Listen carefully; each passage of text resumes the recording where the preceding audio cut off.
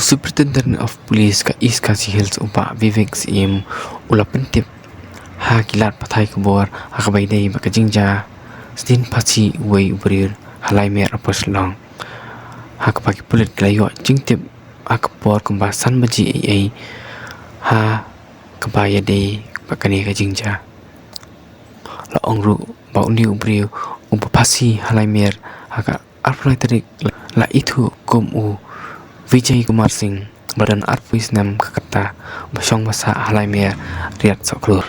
Like a sitting position. Yes. So what does it indicate? Is it a suicide? Is it a murder? See, this is the way the position of the body is that he's sitting on the ledge of a window and there's a ligature rope on his neck. It all indicates it's called partial hanging, and there is no injury on his body. It's all indication of suicide, but nevertheless we will confirm that once the post-mortem examination is done to confirm that it is actually suicide. So till post-mortem results are out, we will be able to fully confirm that, but it is a case of partial hanging. Coming